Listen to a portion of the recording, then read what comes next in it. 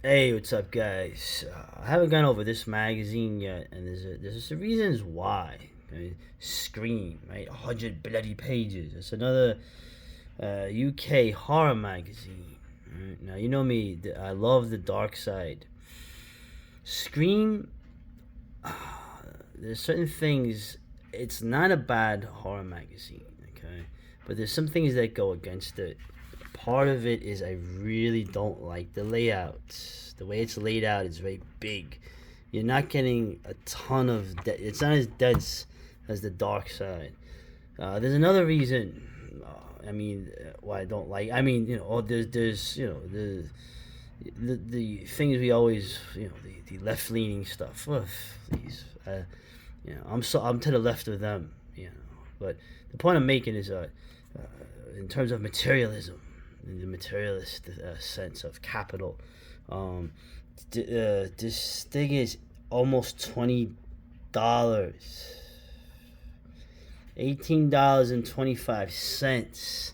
That's 100 bloody pages, but mate, that's a bit too much, for me. So I normally won't get this. I like this issue, but like I said, this is, you know, I can't afford that, man. I can't afford that. So you won't see too many of these. Sorry, you gotta make it cheaper, mate. So for us Americans, obviously the pound is always stronger.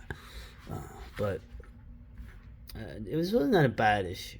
I'm not gonna go through every single thing, but like I can't say is it recommended? No, I have to be honest. I can't recommend it because of the price and what you get. Okay, the dark side is superior, straight up. Sorry, but there's useful things in here. They go Return of the Living Dead. Yes, the original one was great.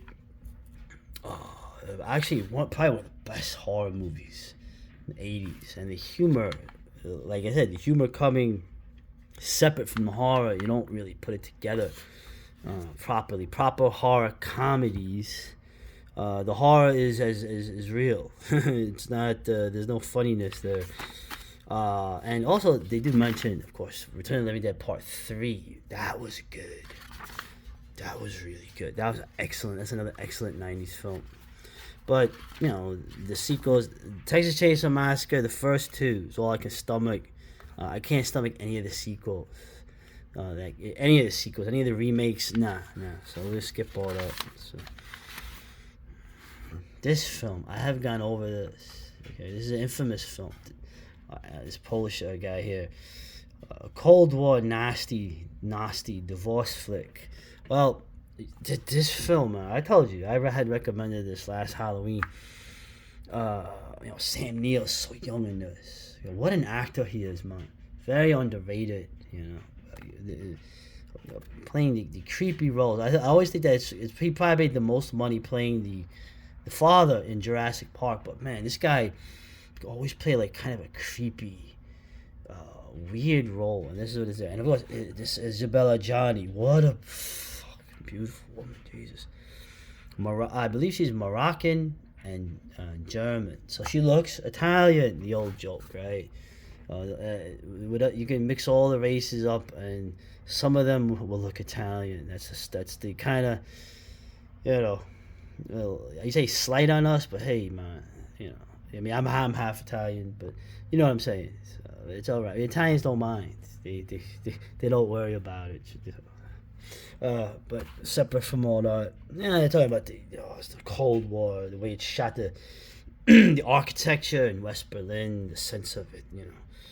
I gone over this. I don't have to go through too much. The special effects scene of the entity.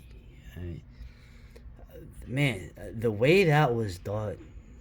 I don't want to say it looks like CGI because it it looks. I don't know how they filmed that thing, man. I don't know how they filmed it. It's just in general, what a movie, man. So they're just going over it.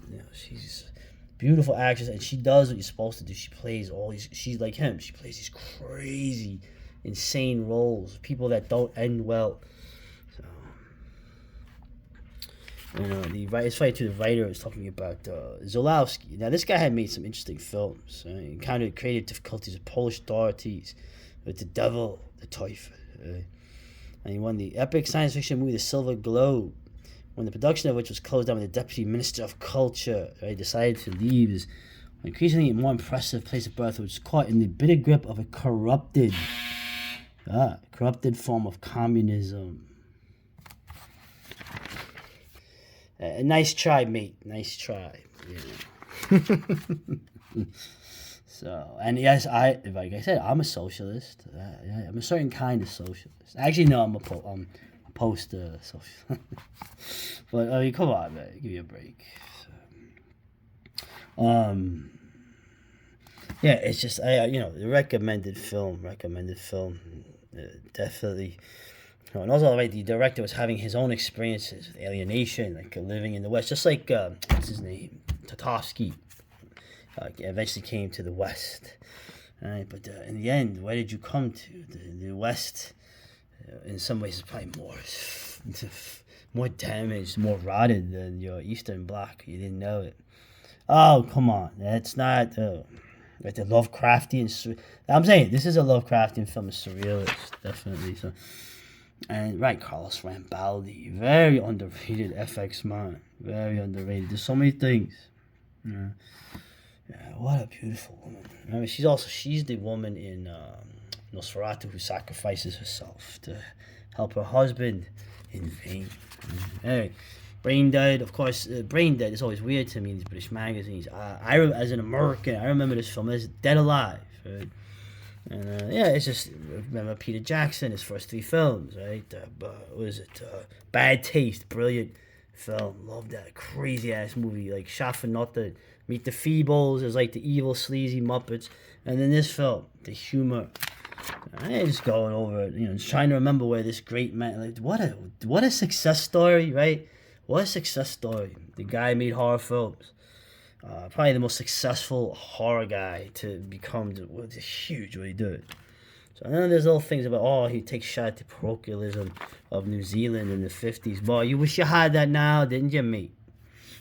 So, and it's a progressive film. I don't know, because it's an anti-matriarchal film. Remember his mother, Paquita? Remember?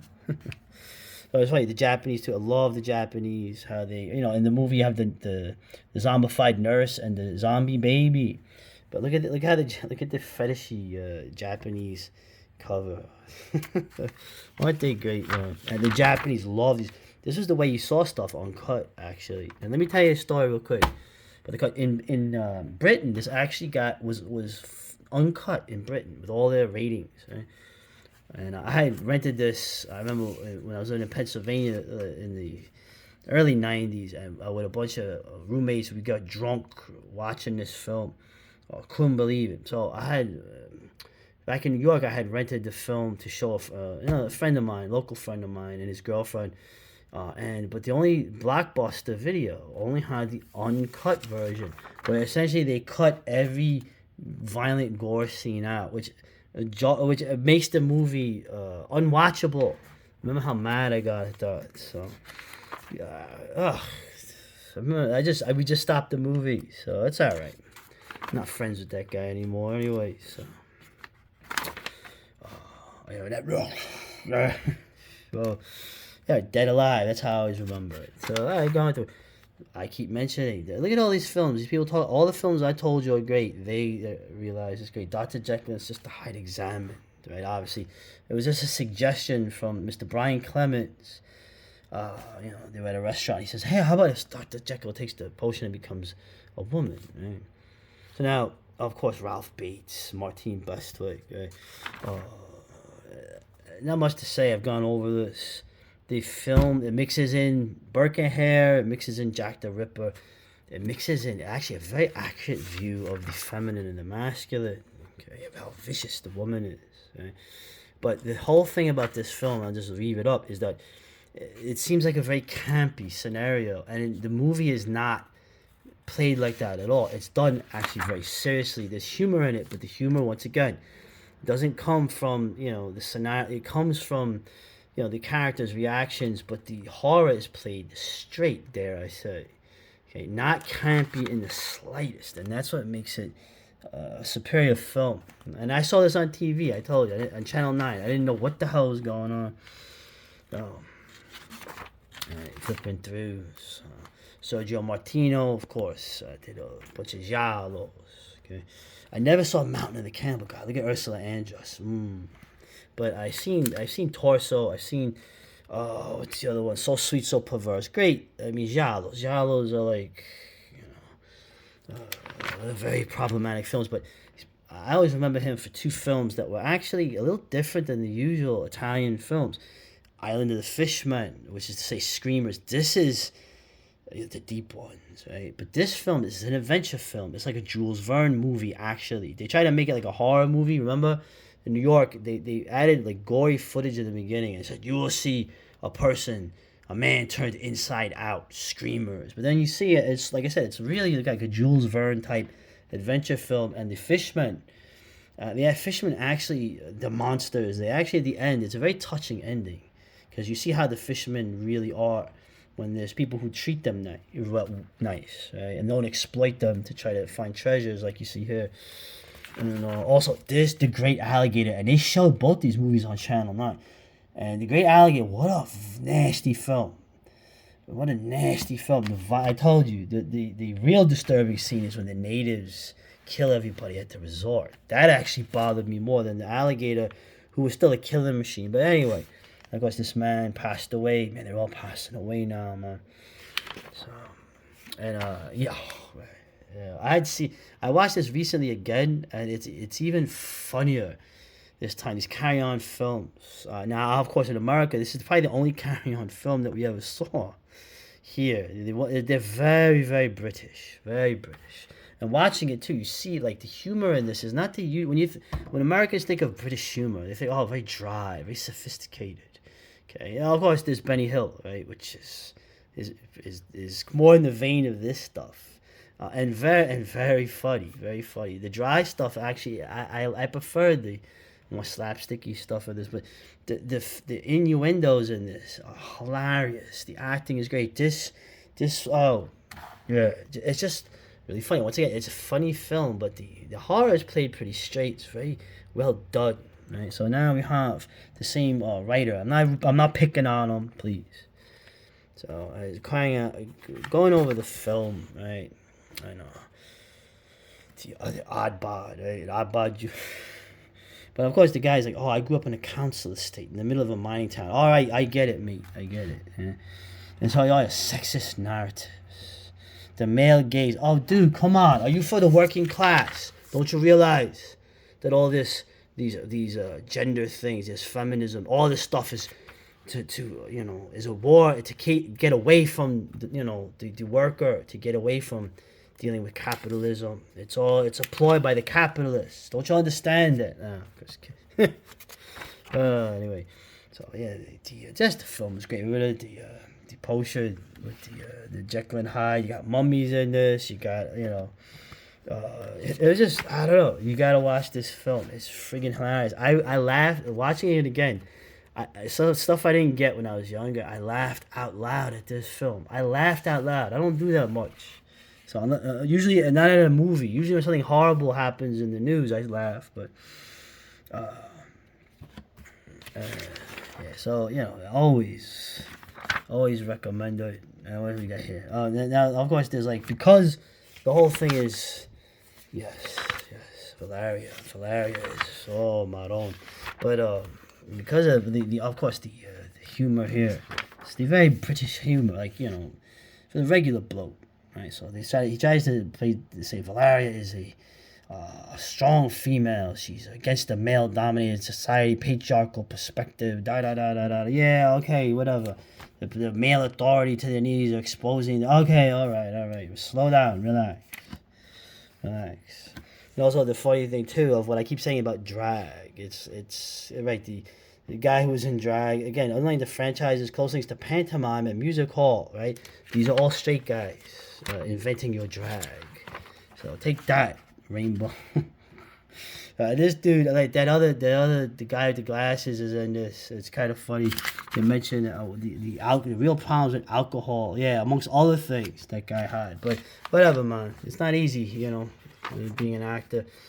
There's a few things to round this out. Oh, I have to do an addendum vid. Well, I might as well. I paid bloody $18.25 for this. So yes, you shall get another video.